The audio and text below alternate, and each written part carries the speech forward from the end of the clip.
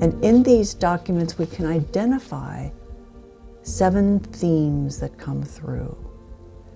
The first of which is the human dignity that we all have because we are created in the image of God.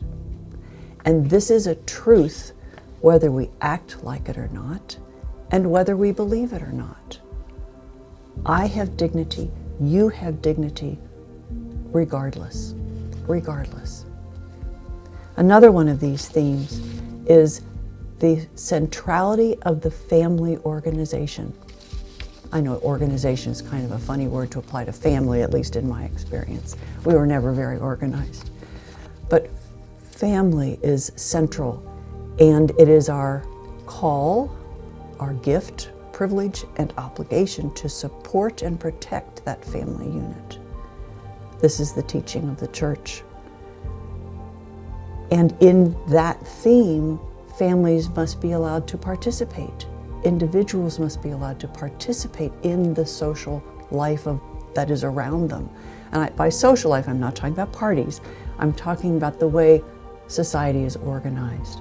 Another very strongly related theme is the rights and the responsibilities that we have as human beings. We have rights. Pope Paul VI in particular, all of them actually, I won't narrow it down, speak to what is the right of a person just because they're a human being. We have the right to food, to clothing, to shelter. We have the right to work. We have the right to learn and grow and contribute. And we have the responsibility to do that, and our society has the responsibility to cultivate each person so that they are able to become who God created them to be. Each of us, God created us in God's image to be who we are for God's people. And that is how our societies are called to be organized. The work that we do, that we are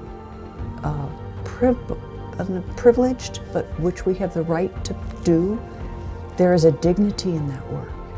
We are cooperating with God, who is a creator, when we work.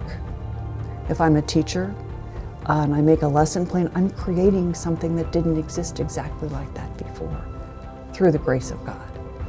Whatever we do, if I'm washing dishes, I'm making these dishes clean. That's a creative act. And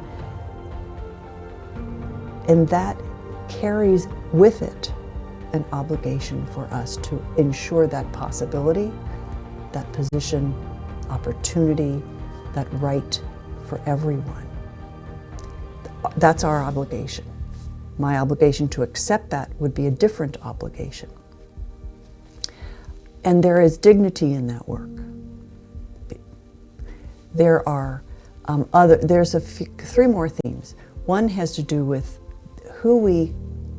not who we prefer in terms of I want to sit next to this person, but who we give preference to in our decisions. Who has the least say-so? Who has the least authority? Who has the least opportunity to participate? That is where my obligation lies. In making my decisions, I must give more weight in my decision making to how it affects the person who has the least power. The Church has called it preferential option for the poor. Not just because a person is poor, but because even Jesus talks about how being poor is a function of being powerless. And powerlessness is a function of being poor in societies as they operate.